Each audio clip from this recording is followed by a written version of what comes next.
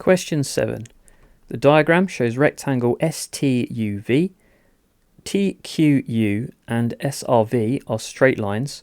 All measurements are in centimetres. The area of trapezium QUVR is A centimetre squared. Show that A is equal to 2x squared plus 20x.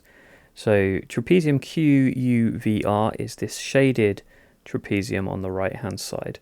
So firstly, we have this length on the trapezium as 5.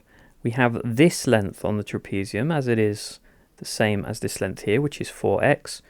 It would be useful if we had this length Q to U. Now, because at the bottom of the shape here, this length is 3x plus 5, and here we've got a length of 2x. That means this length here, between Q and U, must be the remaining x plus 5.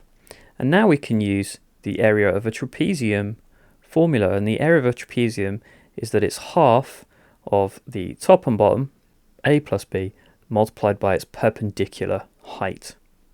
And so we have the area A, which we're trying to find, is equal to half of the a plus b, so that's x plus 5, multiplied by the perpendicular height, which is 4x.